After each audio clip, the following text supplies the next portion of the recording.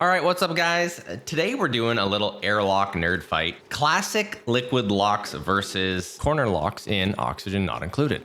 Everybody builds the usual U-shaped liquid locks, but corner locks seem to be a lot less popular, and I think that maybe a lot of people are not familiar with them.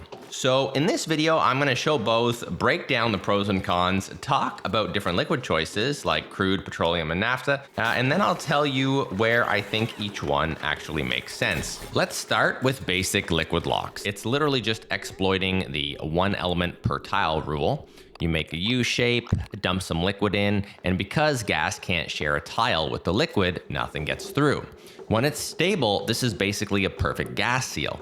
No little trickle leaks like you get from regular airlocks cycling gas in and out. It doesn't care if you've got, 10 kilos of chlorine on one side and a whisper of oxygen on the other. It just works as long as the liquids stay put. The big downside is obvious: dupes walk through the liquid. That means soggy feet or sopping wet if they're not in suits. You're trading a perfect gas seal for a morale and speed hit on a high traffic door. Now, if this is only for Atmos suits, dupes, where they're going in and out with their suit on, it's not a big deal. But if they're not, then this debuff will definitely add up over time. These types of locks don't leak like manual doors do, but they could fail if the temperature goes too high or too low, which causes a phase change in your liquid lock material, or maybe your duplicate drops something in it that messes up the pressure or off-gassing or something. This is why crude oil and petroleum are the standard mid-game lock liquids. You're getting a big temperature range, they don't off-gas, and they're generally very stable. Naphtha and visco gel are great for mid to late game. Naphtha is molten plastic that never turns back into plastic. It has low thermal conductivity and it's thick and heavy. You can make naphtha very easily, and my preferred method is to use a hot room that I already have established. And I basically, if the temperatures are hitting 165, 170 degrees Celsius, I just build a pit and throw some plastic in there and let it cook over time. And because you don't need a large quantity of this, because it's very sticky, I believe up to 35 or 40 kilograms, so you don't need to have large quantities of this. You just need to make yourself a little bit to be effective. So now let's look at what a corner lock actually is. So mechanically, it's still just a liquid lock. The trick is the geometry.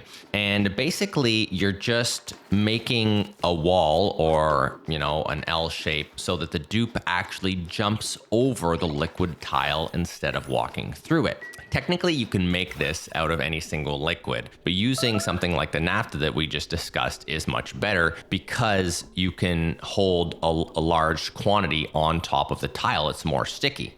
Where if you were to use, hypothetically something like water or polluted water, it's going to run off the tile at, a low amount. So you're in the low grams versus being in the kilograms with the naphtha, which makes the naphtha and options similar more stable and less likely to move or get pushed around. So if we look to the pros and the cons of this style, you're still getting a perfect gas seal because we're abusing the one element per tile rule. And, if you're using the naphtha or visco gel, you can even set up a vacuum in the middle of it, which gives you really good thermal barrier on top of it.